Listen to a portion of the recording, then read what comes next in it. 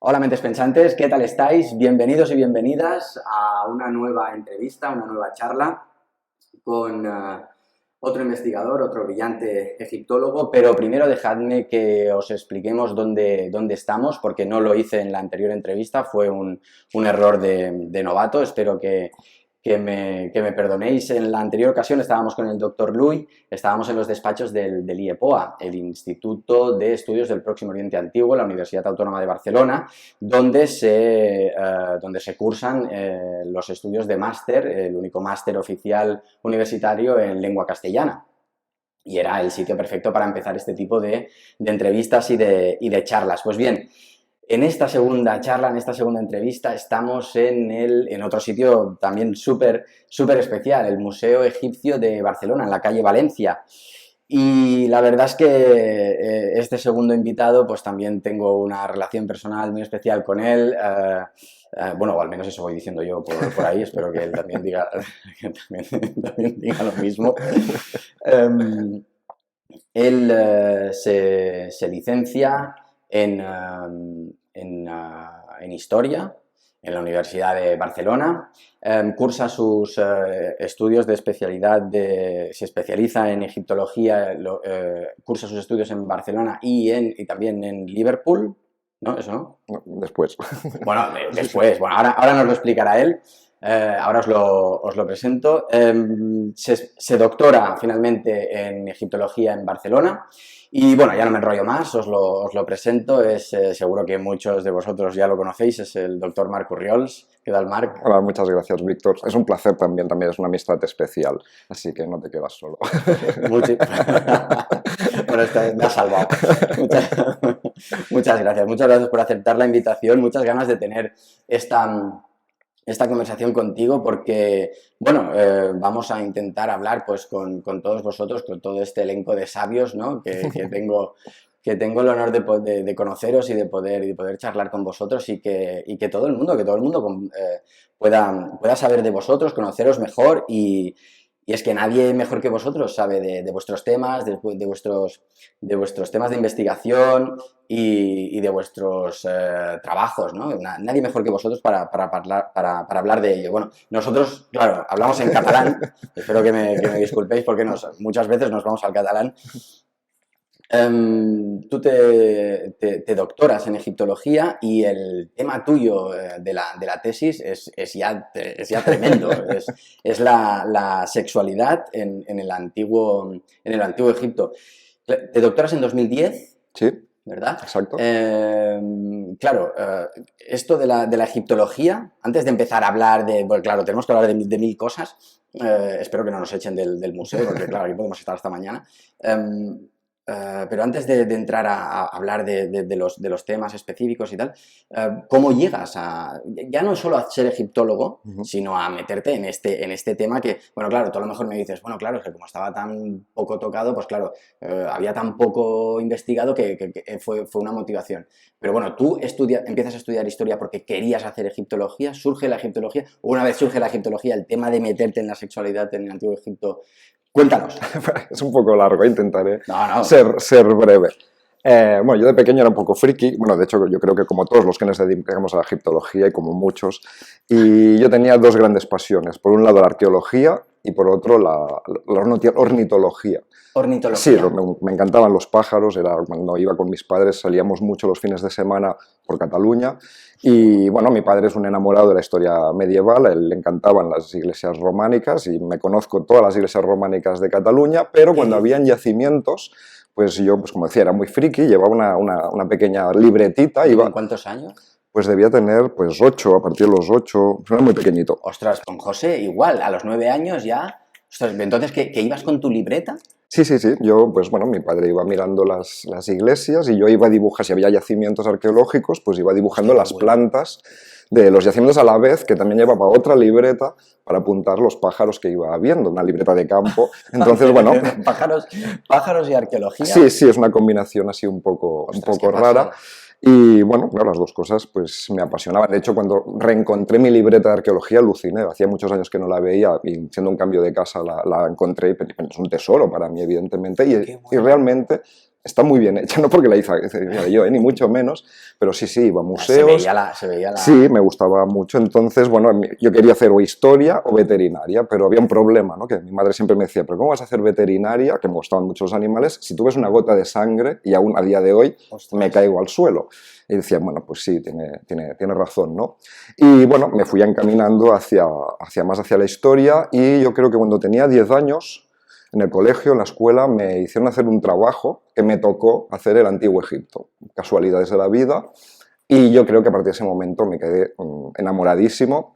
De hecho, me recuerdo, mis padres siempre me recuerdan bueno, que yo tenías que hacer una exposición oral, y bueno, se ve que hice la pirámide de Jufu allí, la planté en la pared y empecé a explicar, y mis padres estaban en plan, ¿y el niño este raro de dónde ha salido? Y bueno, siempre me han dicho que fue espectacular, bueno, que se quedaron en plan, bueno, ¿qué está pasando, no? Y a partir de aquí, pues bueno, siempre pues por Reyes, libros de Egipto, cumpleaños, claro, libros de Egipto, y a partir de allí, pues ahí me encaminé a la egiptología. Y el tema de sexualidad Claro, pero tú estudias historia ya enfocado en que quieres acabar historia y especializarte en egiptología. Exacto. O sea, yo ya tengo muy claro que quiero hacer el proceso, ¿no? Que quiero hacer historia para poder hacer egiptología. Y el tema de la sexualidad queda muy poco académico, ¿eh? Pero salió cuando tenía 15, 16 años para ligar, así de claro. Iba diciendo que yo haría una tesis doctoral. Venga. Sí, sobre sexualidad. No me funcionaba la táctica, pero bueno.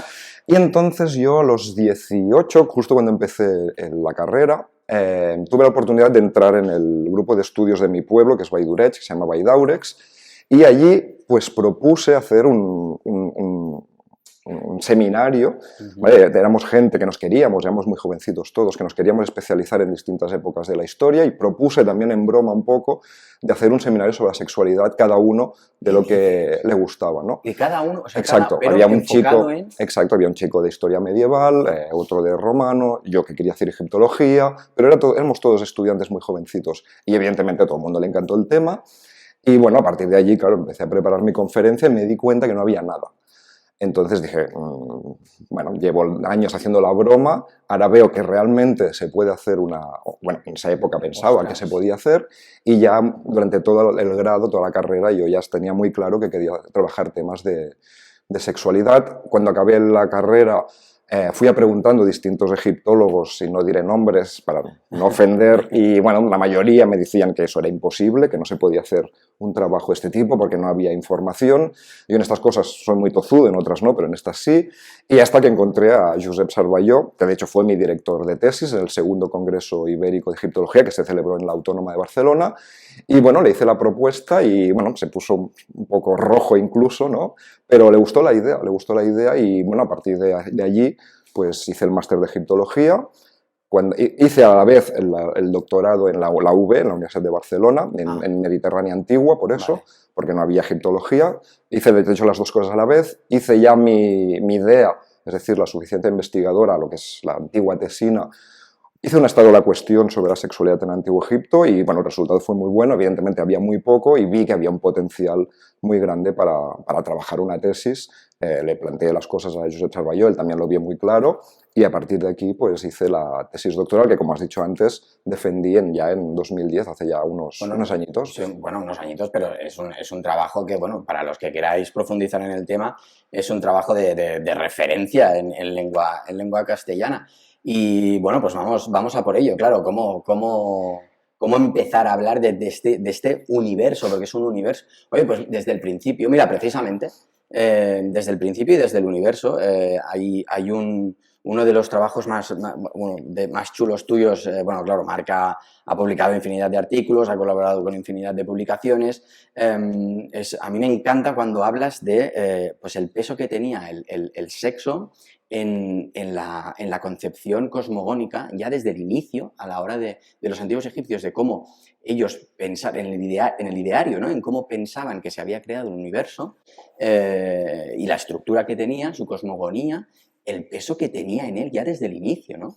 Es impresionante, o sea... Sí, bueno, es una de las primeras cosas que cuando te metes en este tema te das cuenta, ¿no? La diferencia del trato de la sexualidad en los textos sagrados egipcios que no es constante, pero es casi constante, como decías tú, y después de los textos sagrados que podemos estar acostumbrados nosotros, ¿no? Claro, claro. Exacto, o sea, la diferencia es brutal. En cuanto estamos en dos contextos geográficamente y culturalmente no, pero geográficamente muy similares, ¿no? Por ejemplo, con la Biblia y los textos egipcios. Y la sexualidad se expresa de manera totalmente explícita. Incluso lo que estabas medio comentando tú, ¿no? Tenemos una cosmogonía, una creación del mundo donde una divinidad aparece sola. Ahí voy, ahí Exacto, ahí ya lo he va, visto, ¿no? lo he visto. Sí, no, es muy fuerte, porque ya desde el inicio, ¿no? Cuéntalo tú, cuéntalo tú. Pues bueno, esta divinidad, pues como sale sola de las aguas primigenias, ¿no? Después del Benben, del montículo primigenio, está solo, es una divinidad andrógina, yo esto creo que es muy importante, es decir, no es ni hombre ni mujer, Vale. pero lo que hace es masturbarse. Y a partir de esta masturbación, entre otras cosas, hay otras vías creacionales, pero lo que hace es eso, está solo, se masturba, entonces lo que hace es crear Ashu y Tefnut, que son el aire y la humedad, que de hecho es lo que produce la eyaculación, y de hecho es interesante esto, ¿no? El hecho de que a partir de un acto sexual de un ser andrógino, como es Atum, porque el texto en el texto de las pirámides dice literalmente pare, se utiliza un verbo femenino para una divinidad que en principio es masculina, y digo en principio precisamente porque goza de esta androginia, y hay la división sexual, aparece Shu como aire, que es lo masculino, y aparece Tefnut, que es la humedad, pero también es lo femenino, y a partir de aquí se desencadena toda lo que sería el final de la cosmogonía, ¿no? La creación del cosmos, pero el inicio es a partir de una masturbación. Claro, y además, claro, bueno, estos son mitos que son, bueno, que se recogen en fuentes a lo largo de milenios, ¿no? Pero es que para que la gente lo sepa, estas referencias, no sé si lo digo bien, estas referencias sexuales, ¿sí? Se recogen ya en los propios textos de las pirámides. Mira, me lo he apuntado, hay un trabajo tuyo que a mí me encanta, sí, que me lo he apuntado por aquí, que es la Divine Copulation in the Pyramid Texts, ¿vale? Y hay una frase que es buenísima, que dice, los actos sexuales, bueno, es en inglés, yo lo he traducido, espero haberlo traducido bien, que dice, los actos sexuales son actos integrales se entiende actos completos, ¿no? Que integran un montón de cosas, que permiten conocer a una sociedad, ¿no? Entonces, esto tú lo citas, a mí me ha encantado la frase esta, porque claro, ¿qué primera interpretación se puede extraer de que esto ya esté en esos textos tan sagrados y en construcciones tan brutales? O sea, bueno, a mí me parece muy loco. Sí, bueno, los textos de las pirámides, como me decías, Sí. de hecho es el primer corpus religioso que tenemos documentado en Claro, la historia, no solo en Egipto, sino en todas las culturas. O sea, estamos hablando del 2300 más o menos, mediados del tercer milenio, perdón, y los encontramos inscritos en el sitio más sagrado que tenemos en ese momento, ¿no? Que es la tumba del rey. ¿Y por qué se inscriben estos, lo que decías tú, ¿no? A nosotros nos parece una aberración incluso. Claro. No, es una cuestión cultural. O sea, claro, nosotros, y aquí viene... O sea, claro, ¿qué significa? Has dicho cultural, o sea, que pues ahí va, ¿qué significa esto? Claro, nosotros venimos, seamos creyentes o no, venimos de una tradición judio-cristiana. La tradición judio-cristiana es muy, no sé qué palabra decir. Puritana, ¿no? Sí, exacto. Puritana. Fijaros que, por ejemplo, la Biblia... Puritana en el sentido más respetuoso de la palabra, sí. No peyorativo, cuidado, ¿eh? Es un puritanismo de un distanciamiento, bueno, son esto, ¿no? Concepciones culturales distintas, sobre todo, ¿de dónde sale la Biblia? Sale de los hebreos. ¿Los hebreos qué son? Son un pueblo nómada. Los pueblos nómadas se caracterizan por no tener mucha población y, evidentemente, el nomadismo lo que implica es más muertes, ¿de acuerdo? Porque hay más desgaste físico, ahora tampoco entraremos en eso. ¿Y qué se hace? De hecho, se hace en muchas culturas. Se prohíben, por ejemplo, todas las relaciones sexuales que no son fértiles.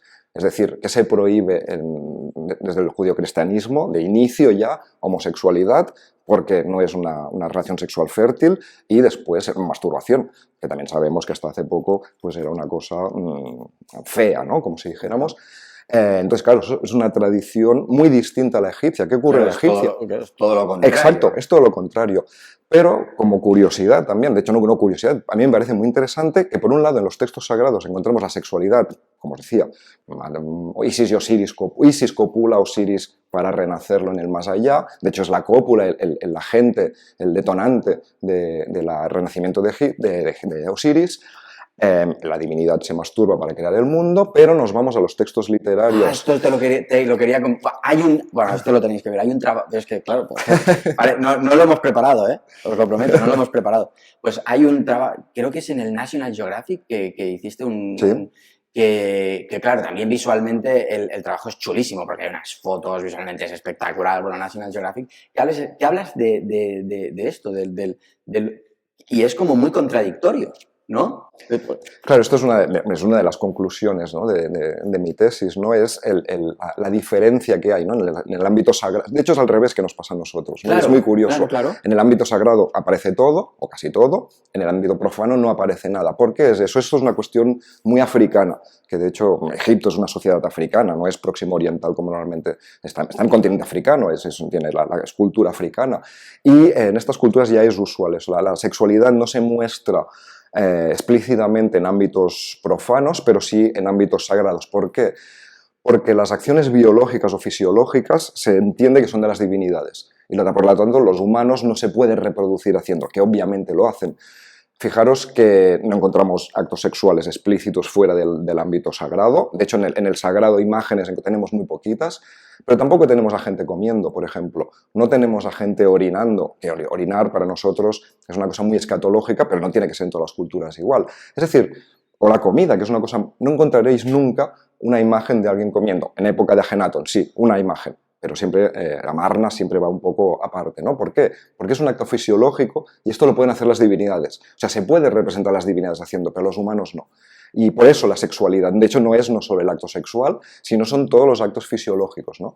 Claro, porque dices que los textos paganos están, que sí que se habla de sexualidad, pero son con alegorías, ¿no? Dices Exacto. que los textos divinos son muy literales. Sí. Sí, de hecho, en los textos sagrados encontramos verbos explícitos que quieren decir masturbar, que significan copular, incluso hacer una felación, pero en cambio en los textos profanos, en la literatura, por ejemplo, la expresión de pasar un día feliz normalmente es la que se utiliza en textos literarios para aludir al acto sexual, pero no lo dicen explícitamente. Eso quiere decir que evidentemente que hay una reticencia a usar ese verbo porque los están utilizando en otros espacios como los sagrados sin ningún tipo de problema. Y lo hacen básicamente para diferenciar lo divino de lo humano. Exacto. O sea, para remarcar esa dualidad de lo terrenal y lo más trascendente, por decirlo Sí, exacto. manera. Es una cuestión de esferas distintas. Sí, es que es así. O sea, las tumbas, por ejemplo, ¿no? Las tumbas es un agente de renacimiento. Como decía antes, el difunto renace a través de la cópula, de hecho, del va con el cuerpo del individuo. Encontramos toda una iconografía siempre críptica de imágenes eróticas, de imágenes sexuales. Nunca encontramos una cópula explícitamente. A ver, yo si quiero representar algo sexual y no tengo un tabú, lo represento y se acabó. Claro. Pero no lo hacen. Entonces, ¿por qué? Porque hay este tabú precisamente, ¿no? Esta idea de no representar actos fisiológicos porque son prerrogativas de las divinidades y los humanos no se pueden representar. Obviamente lo hacían, si no los egipcios se hubieran extinguido. Obviamente. Pero si luego encontramos papiros como el famoso papiro de Turín, que sí que explícitamente, ¿no? Y no es un texto religioso, ¿no? Claro. Entonces, ¿qué es la excepción de la norma? No, aquí tenemos otro apartado. O sea, todos estos textos profanos literarios están dentro del decoro estatal en el fondo. Vale. Claro, encontramos imágenes sexuales explícitas del mundo profano y fuera de este decoro. ¿Qué son? Son estos pequeños óstraca o el papiro erótico llamado erótico de Turín.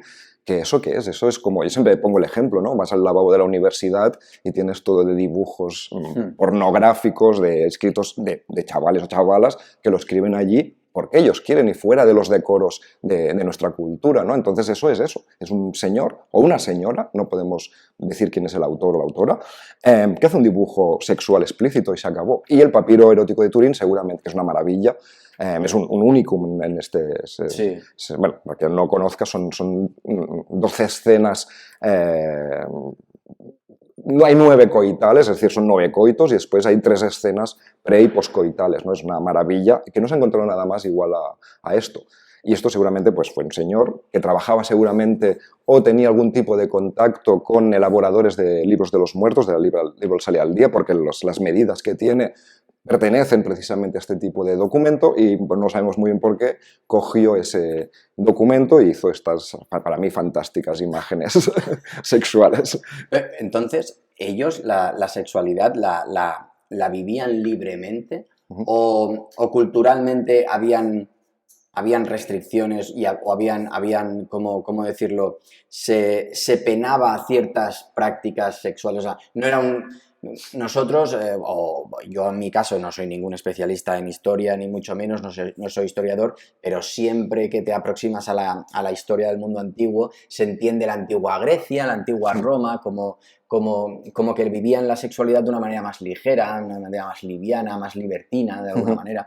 ¿Ellos también vivían la sexualidad así o realmente habían actos sexuales que realmente eran punibles y eran castigados y eran hasta perseguidos? A ver, tenemos muy poca documentación, es verdad, pero yo creo que sí. O sea, el que no encontremos representaciones, en Grecia y Roma tenemos muchísimas representaciones. Claro, Eso no quiere decir que sean más o menos libertinos que los egipcios. O sea, a la hora de representar, obviamente sí, claro, pero por la cuestión que comentaba antes, claro. ¿no? Si los egipcios eran como los griegos o los romanos, igual también los griegos y los romanos lo exageran, claro, esto no lo sabemos. Yo creo que no, porque después tenemos textos que también tenemos Pompeya, donde tenemos lupanares, por ejemplo, perfectamente documentados. En el caso de los egipcios, sí, yo creo que sí, seguramente podían tener una libertad sexual. Claro, lo que no podemos decir es esta postura... Bueno, claro, por ejemplo, a través de las pocas imágenes que tenemos, posturas sexuales, excepto la mujer copulando encima del hombre, que siempre que aparece son en escenas sagradas, normalmente es Nut, que copula Geb, porque es el cielo copulando con la tierra y no hay posibilidad de cambiar la postura, o Isis copulando a Osiris, que tampoco hay otra posibilidad, porque Osiris en ese momento está muerto, entonces Isis la copula encima. Entonces, ellos tenían algún tipo de postura moral acerca del tipo de prácticas, ¿sabes? Claro, sí. Yo a partir de aquí puedo ver, porque, bueno, de hecho esto pasa hoy día, ¿no? Que muchos hombres que se sienten muy hombres, pues por ejemplo no les excita que la mujer se ponga encima suyo porque se sienten dominados, ¿no? Es una cuestión de machismo esto, obviamente, y esto podría ocurrir en Egipto porque a mí me llama mucho la atención que esta postura no aparezca Claro, como a someter al hombre, ¿no? Como si la mujer estuviera sometiendo al hombre. Exacto, porque me extraña que no aparezca, porque es una postura, iba a decir muy natural, pero no es muy natural. Claro. Bueno, es igual de natural que las otras, pero por ejemplo, de hecho, interesante, la que aparece más es el coito a tergo, que es en el que el hombre penetra por detrás a la mujer. Esta está muy representada. De hecho, yo tengo un artículo precisamente que hacía, y con diferencia es la que aparece más, que por ejemplo, en otras sociedades esta postura está no penada, incluso por ejemplo por los romanos, ¿no? Porque decían que es la manera de copular de los animales por detrás, ¿no? Entonces son posturas que en ciertas culturas, de hecho los misioneros españoles, de hecho la postura del misionero se llama el misionero porque son las que hacían los misioneros españoles cuando llegaron a las Américas, ¿no? ¿Y por qué? Porque los indios copulaban de otra manera y decían esto es la posición del misionero, entre comillas. Explicado muy rápido, ¿eh? Y los romanos, por ejemplo... ¿Tiene esa raíz, esa expresión? Sí, por eso se llama el misionero. Ostras, qué bueno. Y entonces ellos, más allá de esta... Bueno, sí, de esta interpretación de esa posición, por ejemplo, hay un trabajo tuyo muy bueno que a mí me encanta, que es, no sé si lo diré bien porque esto no lo tengo apuntado, de las lecciones de Ptahhotep, puede ser. Enseñanzas de Ptahhotep. Las enseñanzas de Ptahhotep, que por ejemplo sí que pena la práctica sexual con una niña, ¿puede ser? Bueno, a ver, es un párrafo, una frase muy complicada, pero yo la interpreto, o sea, hay muchas interpretaciones sobre esta, sobre texto. Sí que realmente había una moralidad. Sí, bueno, o sea, tenemos prohibiciones, por ejemplo, esto aparece en un texto y yo lo entiendo el texto, pero digo que los diferentes autores lo interpretan de maneras distintas, que lo que se está prohibiendo es mantener una relación sexual con una niña, es decir, con una prepúber, niña, en femenino. ¿De acuerdo? Y después también claramente las prácticas homosexuales.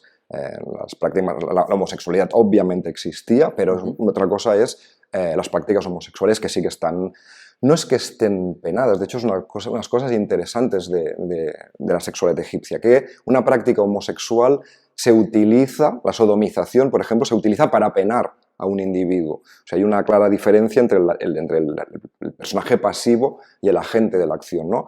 Entonces, el pasivo es el que es humillado porque es sodomizado y al activo no le pasa nada. ¿Por qué? Porque ha actuado como hombre y el otro se le ha sodomizado, se le ha copulado como si fuera una mujer. Y bueno, yo tengo un artículo a medias, de hecho otros autores también lo comparten, en que los egipcios seguramente, como en muchas culturas, Bueno, claro. en la guerra sodomizaban al enemigo, al hombre, independientemente que seguramente también habían violaciones, obviamente, a mujeres, porque esto, por desgracia, pasa en todas las culturas, pero una manera de humillar al vencido precisamente era a través de la sodomización al hombre. Y entonces la práctica homosexual está en las fuentes que estaba mal vista, porque esto no existe en fuentes, o bueno, no existe de manera tan explícita, unas referencias tan explícitas, no, o una persecución tan explícita a ese tipo de prácticas, ¿no? Sí, no, o sea, no aparece de manera explícita, esto lo vas viendo contexto, o sea, textos y el contexto lo que te acaba marcando. Por ejemplo, sí, lo que estaba penado, que también es muy interesante, es el adulterio. En el adulterio sí que tenemos mucha. Claro, eso es lo siguiente que le iba a preguntar. Sí. Pregunta. No, era esto, que dentro de este aparente libertinaje, ¿no? Dentro de este aparente libertinaje luego había una moralidad evidente, ¿no? Sí, pero fíjate, lo del adulterio es muy interesante porque lo que se pena no es el acto sexual, es lo que puede ocurrir a partir de ese acto sexual. ¿Cómo funciona esto? ¿Cómo funcionaba? A mí me parece fascinante. Un hombre egipcio, bueno, los egipcios tenemos que tener, y las egipcias tenemos que tener en cuenta que la base es que se tenían que casar, entre comillas, es decir, montar una familia, esto nos lo dicen las enseñanzas constantemente, y después cuando tenemos los juicios de adulterio, que tenemos bastante, se ve muy claro que se condena, o sea, se acusa a un hombre que ha mantenido una relación sexual con una mujer que está casada. Siempre. Es decir, si ese hombre que tiene una mujer, o sea, no se le condena por ser infiel a su mujer, se le condena por provocar una infidelidad a una mujer casada. Es decir, no es el acto sexual lo que se está condenando, es la posibilidad de que esa mujer casada, es decir, que pertenece a otro hombre, quede embarazada. ¿Por qué? Porque entonces es la herencia lo que cuenta. De hecho, en muchas culturas toda esta idea de encerrar a la mujer, de separar a la mujer de la sociedad, no solo en Egipto, que también ocurría en muchísimas culturas, es por eso. Porque el hombre siempre, el pánico que tiene es no tener el control del cuerpo de la mujer.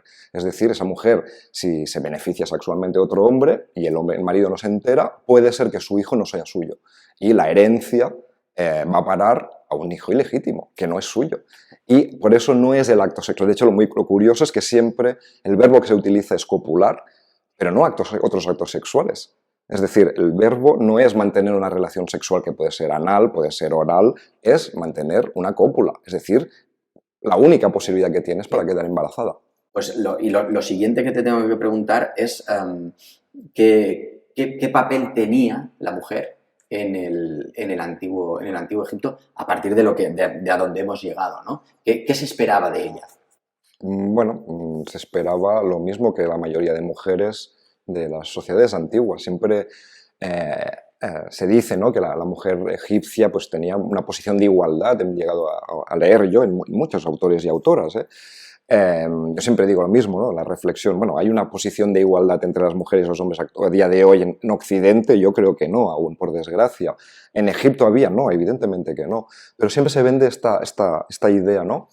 De hecho, las enseñanzas, que son unos textos que nos van muy bien para saber el ideal de vida del hombre egipcio, pero colateralmente podemos saber también cosas de la mujer, lo dicen clarísimo. O sea, lo que le dicen al hombre es búscate a una mujer para tener hijos, y eso es la idea que se tiene. Sí que es verdad que la mujer egipcia, por ejemplo, en contrapartida a la mujer romana o la mujer griega, que estaba muy subyugada al hombre, por ejemplo, no necesita de un tutor, o como mínimo no tenemos esa información. Podía salir a la calle, podía heredar, podía dar en herencia, incluso tenía propiedades, cosa que no pasaba, como decía, en Grecia y Roma. O sea, sí que hay se ven claramente unas ventajas de la mujer sobre la mujer griega, egipcia sobre la griega y la romana, pero no en todos los ámbitos. Por ejemplo, yo siempre pongo el ejemplo, las tumbas son de hombres, no son de mujeres. Es decir, es el marido que hace la tumba y la mujer se entierra en la tumba de su marido, no la suya, porque no tienen tumbas por ellas mismas, hay muy poquitas.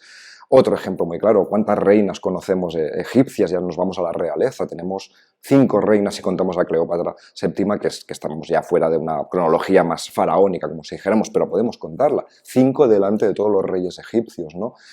No hay una posición de igualdad. Yo siempre digo, otro ejemplo clarísimo, ¿qué ocurre con las mujeres que pierden a su marido, con las viudas? Quedan totalmente desamparadas socialmente. ¿Por qué? Porque pierden ese referente masculino y quedan en el limbo de la sociedad. Por ejemplo, las autobiografías, que son los textos que encontramos en las tumbas, siempre el difunto dice, he ayudado a la viuda. ¿Por qué? Porque se entiende que está desamparada y necesita ayuda. ¿Por qué? Porque es una mujer sin un referente masculino.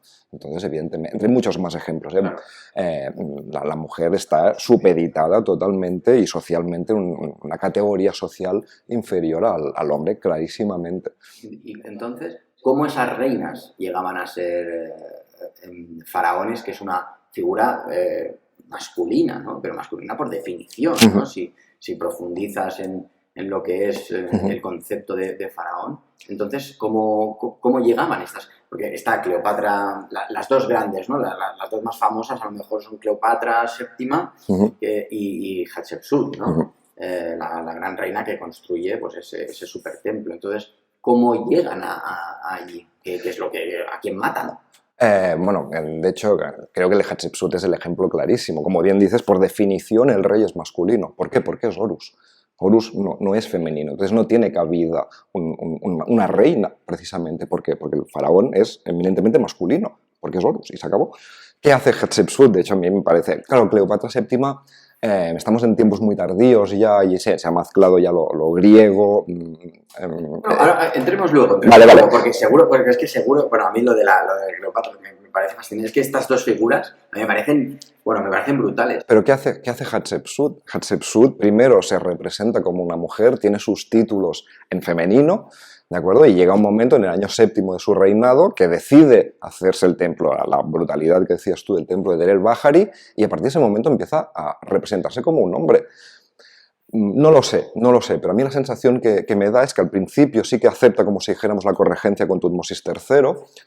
Es una corregencia, el rey es Tutmosis III, porque los años de reinado son a partir de Tutmosis III, no tenemos años de reinado de Hatshepsut, por lo tanto a mí esto me está indicando que el reinado de Tutmosis III, y seguramente en el año 7 o alrededor del año 7 es cuando hace el clic y realmente ella se cree faraón, que no faraona, siempre digo en broma, ¿no? Que la faraona es la Lola Flores, no Hatshepsut, porque el título de rey es masculino, y ella... se representa como un hombre. De hecho, en Der el-Bahari, todas las representaciones que tenemos de ella es como un hombre. ¿Por qué? Porque ya es rey. Claro, pero la corte la acepta, es decir, el pueblo la acepta como reina, se supone, ¿no?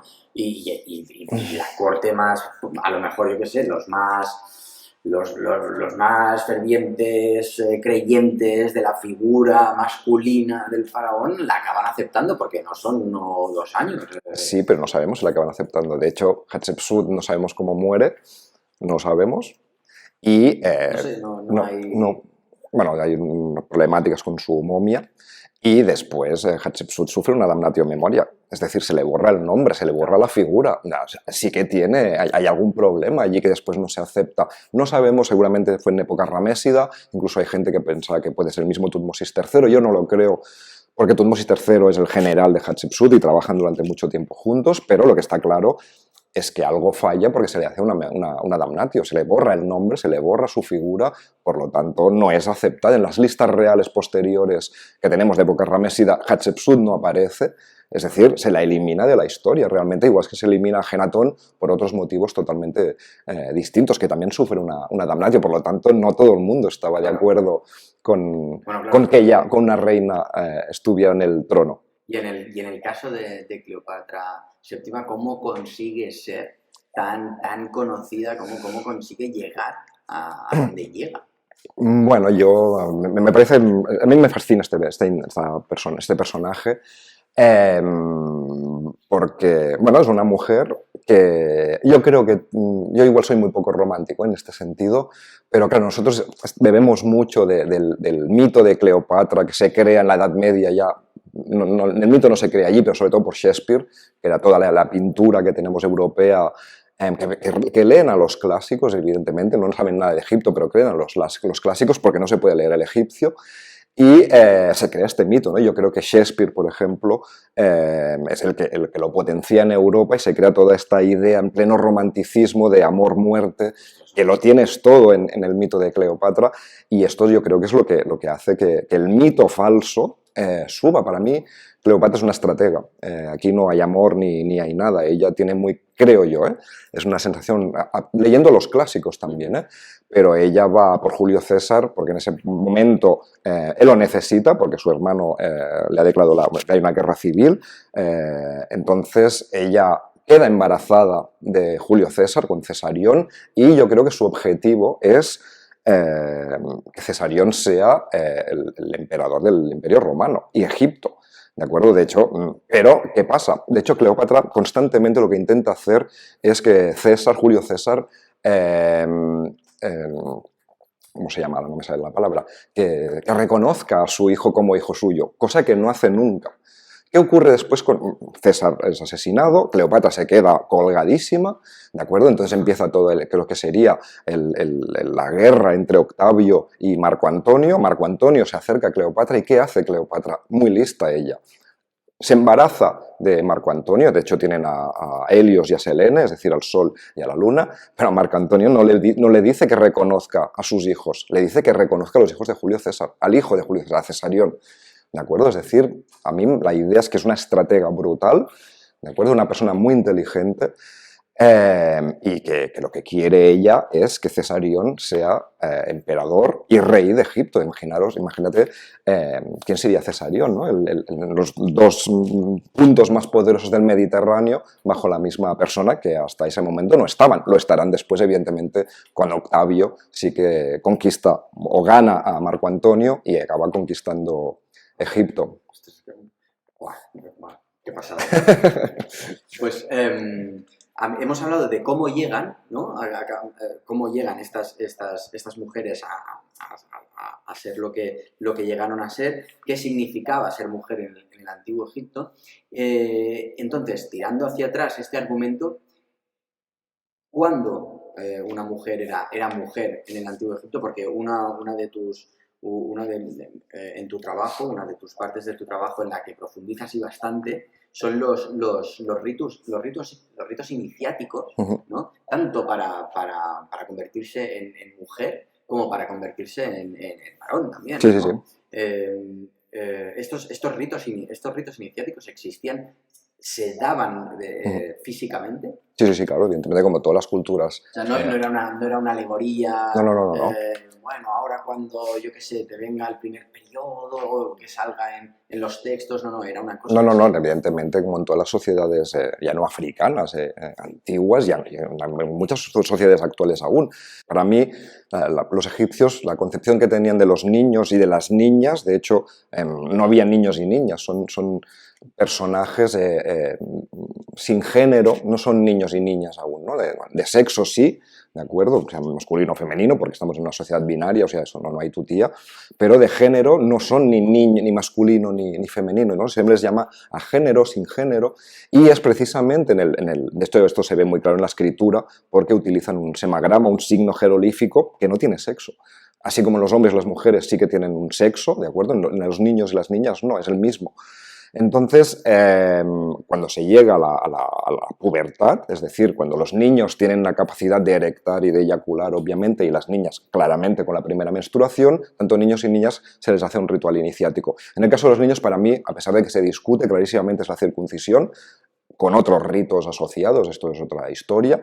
Y en el caso de las niñas, de hecho, yo lo trabajé en mi tesis doctoral, y ahora este año, en septiembre, se hizo el Congreso Iberoamericano de Egiptología y precisamente presenté una propuesta sobre este tema que, como he dicho, ya había trabajado en mi tesis doctoral. Y normalmente cuando alguien habla de esto, que no habla nadie, porque no interesa, ¿Por qué crees que no interesa? Hay poca información, temas, bueno, la egiptología no es una crítica, pero bueno, se fija mucho en otras cosas y estos aspectos más sociales, más, pues, quedan como un poco al lado, ¿no? Y es verdad que tenemos poca información. Entonces, la poca gente que se moja dicen que es la ablación de clítoris. ¿Por qué? Porque actualmente se da en Egipto, como en muchos sitios africanos, como sabemos, e incluso del Próximo Oriente, porque a partir de época griega, de época tolemaica, se documenta a través de los textos, pero el problema, que lo que planteo yo es, sí, en época griega se lo documentamos perfectamente, pero antes no. No tenemos ningún tipo de documento. A las momias no podemos mirar si tienen clítoris o no, porque la circuncisión ya es difícil de ver, una ablación es casi, por no decir, imposible.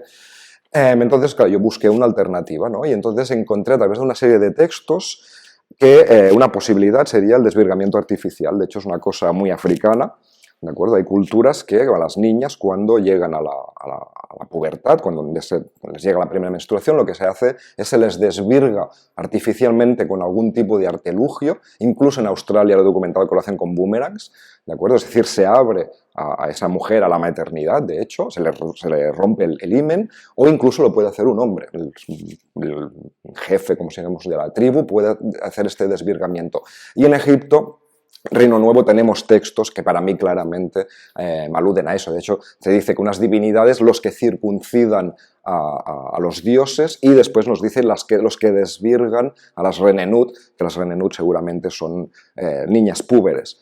Y a partir de otros textos que ahora tampoco no podemos entrar, pues para mí clarísimamente, y yo propongo esto, que el ritual iniciático femenino en Egipto era el desvirgamiento artificial, como mínimo a partir de Reino Nuevo. No tengo documentación anterior, pero en Reino Nuevo para mí está clarísimo, y se hacía a través de falos artificiales que hemos encontrado en el templo de Hathor de Del Bahari, precisamente. ¿Y en cuanto al varón? En cuanto al rito iniciático del varón. La circuncisión. Circuncisión. Sí, que es totalmente... De hecho, curioso, porque nosotros cuando pensamos en circuncisión, pensamos la circuncisión anular, que es la hebrea, es decir, de sacar el glande, descubrir completamente el glande anularmente. Los egipcios claramente se ve que tienen la circuncisión masái, porque se ve en la iconografía, se ve perfectamente. Es mucho más exacto, la circuncisión es más... Exacto, es como... Bueno, sí, bueno, yo creo que todas duelen, pero... Pero la circuncisión masái, en vez de ser anular, es perpendicular, y entonces se quita un triángulo de la parte superior o sea, queda el glande parcialmente descubierto por la parte superior y queda cubierto por la parte inferior. Ostras, bueno. Espectacular. Bueno, Marc, y ahora para ponerte así un poco en tesitura y sacarte de tu zona de confort, ya que estamos hablando de patrones geométricos en la arquitectura. Me esperaba esta pregunta. Bien. Claro, yo creo que es súper importante ahondar en la cultura en la cultura de todas las sociedades a partir de las cuales el hallazgo va a profundizar en el análisis arquitectónico, ¿no? Porque bueno, la arquitectura de aquel entonces formaba parte de absolutamente todo lo que hacían, ¿no?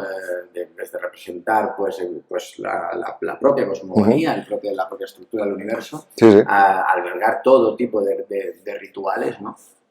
Y creo que es básico entender hasta el fondo, ¿no? de qué sociedad estamos hablando, si también queremos aproximarnos a intentar entender qué evocaban en esas enormes construcciones, ¿no? Entonces, claro, a partir de aquí, ¿cómo recibes tú una propuesta de este tipo, ¿no? ¿Cómo recibes tú, evidentemente, ya sé que no tienes esta especialidad o esta especialización o incluso este interés por la propia arquitectura o por el propio devenir de la historia de la arquitectura, pero ¿cómo recibes este tipo de propuestas, ¿no? A mí me parece fantástico. Yo siempre lo digo, los egiptólogos no sabemos de todo. O sea, lo que tú puedes ver en un edificio, un egiptólogo o una egiptóloga no lo verá. Es decir, ¿quién mejor lo puede ver que tú, no? A mí me parece fantástico que gente fuera de la historia se dedique precisamente a la egiptología, porque eso enriquece. Siempre lo digo, un matemático, yo me leo el papiro Rin, por ejemplo, yo no entiendo nada. Un matemático lee el papiro Rin y ve cosas que yo no voy a... Yo te lo puedo traducir, te puedo discutir cosas gramaticales, pero a mí se me escaparán muchas cosas. Siempre lo he dicho, un licenciado en Derecho, yo trabajo, por ejemplo, textos judiciales por el tema del adulterio. Un licenciado en Derecho... puede hacer un montón. Exacto, verá cosas que yo no veré, porque yo soy egiptólogo, mi formación es de historia. Que evidentemente yo veré cosas que tú no puedes ver o un licenciado en Derecho no puede ver. Pero claro, a mí me parece una maravilla precisamente eso, ¿no? Que entre un médico, por ejemplo. O sea, la gente que estudia medicina no verá lo mismo en una momia él que yo. Entonces, veremos dos aproximaciones distintas que, si nos unimos, pues hacemos una cosa muy bonita y bueno, muy consolidada, ¿no? Me parece fantástico lo que haces. Lo que digo, ¿qué egiptólogo o egiptóloga verá este patrón? Nadie. Nadie, porque es que seguro a nadie se le va a ocurrir. ¿Por qué? Porque somos historiadores, pero tú sí. Te faltarán otras cosas, pero a mí también me faltan cosas. Entonces, bueno, siempre digo que cuantas más gente se dedique a la egiptología, siempre con mucho cuidado, evidentemente, y sabiendo... Exacto. Totalmente. Pero... Lo complicado, que es lo que hablábamos también con el doctor Luis, es enmarcar esta idea, ¿no? En el contexto histórico, en el contexto arqueológico, ¿no? Que es lo que estoy haciendo en la universidad con toda vuestra ayuda. Pero bueno, no quiero hacer spoilers, porque ya lo iremos viendo en el canal. Esto se avecina en las próximas semanas y los próximos meses, que también lo voy a querer compartir. Claro, lo complicado es esto. Tú puedes tener un eureka estupendo y creer tal, pero bueno, pero claro, luego lo tienes que marcar para que egiptólogos, para que especialistas como vosotros evidentemente digan, ostras, pues esto está muy bien. Claro. Pero yo lo tengo que entender, yo lo tengo que encajar.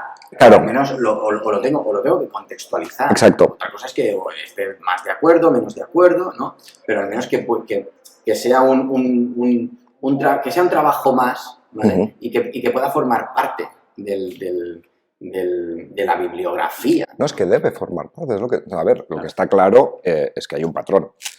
Un patrón que se repite desde la dinastía II hasta todo, aquí pasa algo. Eso no es una casualidad.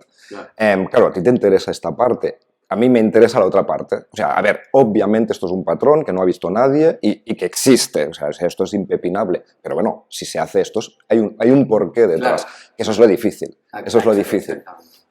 Pero bueno, ya se ha sentado una base, ¿no? Y tú haces este trabajo, evidentemente tendrás todo un discurso evidentemente cultural que te puedes equivocar o no, porque claro, cuando se inician las cosas nos equivocamos. Yo siempre lo digo, ¿no? En mi tema de sexualidad no ha trabajado nadie, por lo tanto, si soy el primero, pues es muy fácil que me equivoque. Pero para eso, y estoy dispuesto a equivocarme y que me corrijan. Y a ti te puede pasar lo mismo. Y tú puedes hacer una interpretación cultural de este patrón y después igual viene un egiptólogo y dice, hostia, este patrón, no sé qué, y tiene otro discurso total. Pero tú ya has hecho tu trabajo que un egiptólogo nunca hubiera hecho. Nunca hubiera hecho porque no nos fijamos con estas cosas, porque no sabemos de estas cosas. Pues Marc, muchísimas gracias por haber aceptado, por haber compartido todo esto, todo este conocimiento y espero repetir. Un placer y cuando quieras repetimos porque ha sido maravilloso, un placer estar aquí contigo.